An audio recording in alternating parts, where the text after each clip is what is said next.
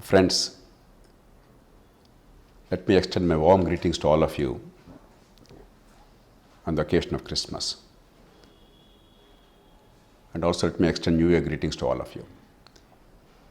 This period also coincides with the Good Governance Week that we celebrate every year. Good governance is not merely about celebration once in a year. It's not about a few slogans. It must be integral to our lives and our culture.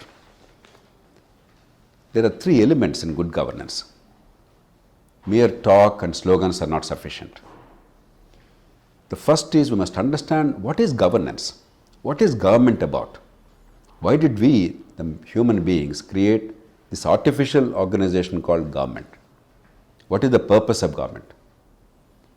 About 80 to 90% of the things that matter to us in our lives, they are decided by you and I in our homes and our families.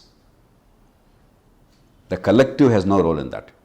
It's us, our work, our dreams, our ambitions, our decisions. They shape our lives. But there are 10 or 15% issues which cannot be decided by us individually. They cannot be taken care of by us individually as a family.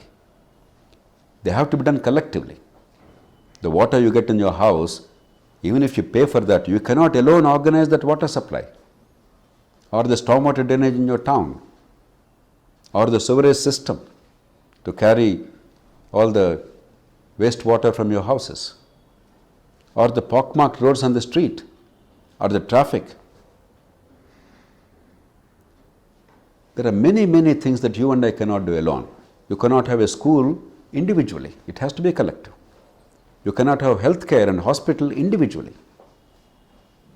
So we created this institution called government to meet the collective needs, to fulfill our collective needs which we cannot as individuals take care. And therefore we pay taxes and we elect those governments and we pay salaries to the employees who are supposed to serve us. Therefore, the first element we should look at when we talk of good governance is, are we getting the services? What are the services should we get?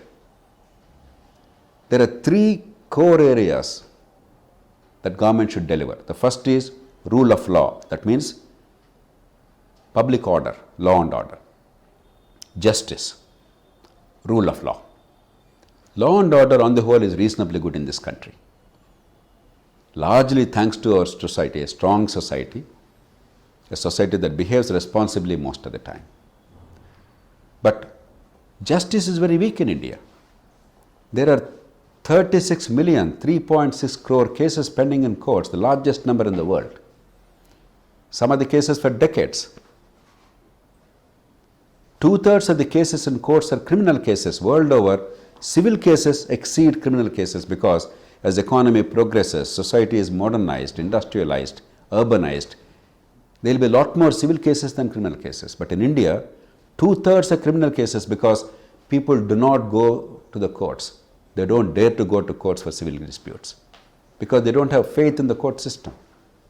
So either they swallow justice silently and suffer, or they pay a bribe, or they go to a gunda who settles disputes for a price, or they go to a politician to do things informally, extra constitutionally, extra judicially, extra legally. Then might becomes right. The weak and the poor will always be at the wrong end of the justice. That's not true justice. And ultimately we need rule of law. If the policemen are controlled by the government, if the crime investigation is entirely driven by the partisan government, if the system does not treat you and I, irrespective of caste, region, religion, party or wealth, does not treat us equally, if our rights are not protected no matter how weak and poor we are, then there is no justice, there is no rule of law. We don't have it. So this whole set of justice and rule of law, the police, the prosecution, and speedy and efficient justice without spending money, we are way behind what we should be. That is an important element of good governance. And then the basic amenities, I mentioned to you, drinking water, sewerage, water, stormwater drainage, and so on and so forth. The big infrastructure, the transport, communications, electricity. Even today, 24-hour power is a luxury for most cities of India, let alone villages. Whereas all worthwhile countries, even 50, 60 years ago, there was 24-hour power available to everybody. Even 75 years after independence, if we get power reasonably assured about 18, 19 hours in a day, we are grateful, we are thankful. If you take the basic infrastructure and public services out of the top 50 countries in the world, in terms of GDP, the largest countries, the significant countries, India ranks in the bottom 5 on every single indicator. Every single indicator.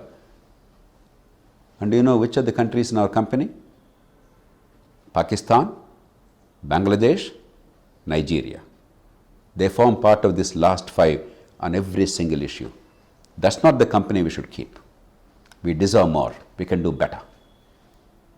That's not good governance. That's talk. So we need real good governance in terms of this. And education and healthcare. Our kids, by global standards, are at the rock bottom. Out of the 74 entities and countries where the educational standards of 15-year-olds were surveyed, Indians stood second from bottom. Second from bottom, 73rd. A country called Kyrgyzstan came last, and therefore we narrowly missed the last rank. In the 8th grade, 25% of our children in school cannot read even a second grade level passage. 1/3 of the kids in 8th grade cannot do a simple subtraction, 2-digit subtraction. Almost 2/3 of the kids in 8th grade cannot do a simple division, let alone knowing when to divide, why to divide, how to do. That's a different matter. Even the operation they are not able to do. Between 14 and 18, 40 to 50% of children cannot look at a watch and read time. They cannot give us the hour and the minute. About 80% can tell us the hour, but only 50% are able to tell us the hour and minute between 14 and 18 in 2020, 2021. How can we call it education? Healthcare. We are among the worst in the world.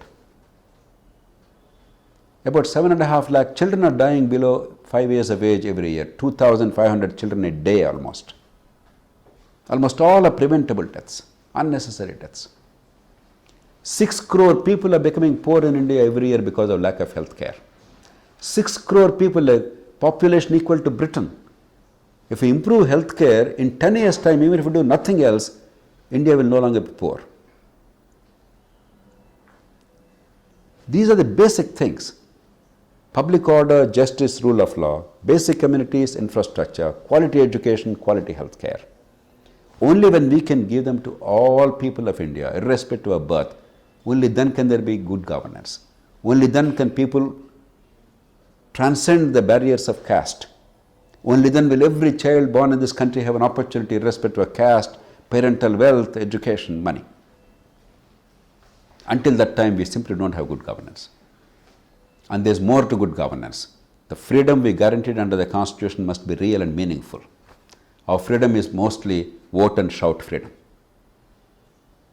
Most of our freedoms are abridged because of the chaos, because we don't respect each other's freedom. My freedom is your responsibility. Your freedom is my responsibility.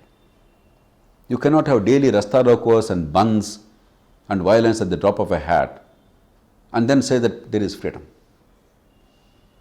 You cannot have highly centralized government where most of the power is concentrated with the Prime Minister, Chief Minister and the Collector, and people are helpless. You cannot force people to pay a bribe every day for basic day-to-day services which they are entitled to get and then say there is freedom.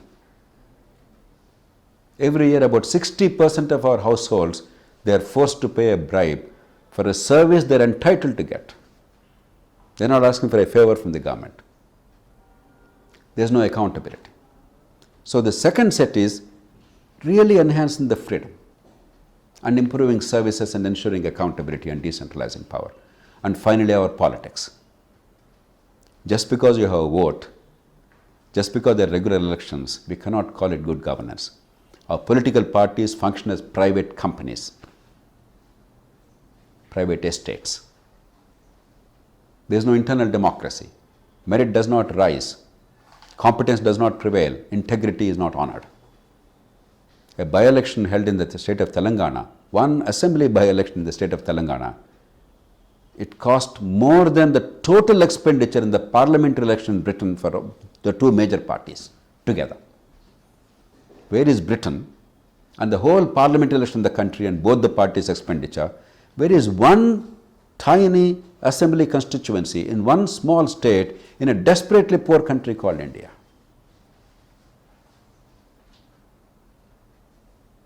We need to change our electoral system. We need to transform our political parties. We need to make honesty and competence rise in public life. We need to decentralize power. These three fundamentals, what the government ought to be doing, what it should deliver, overcoming those failures, and we can do it. We have the technology, we have the resources, we have the ability. And two, making the government accountable and delivering the services effectively, and enlarging our freedom truly. And finally, transforming our politics. Only when we do these three things, at least in the next decade, already we are late.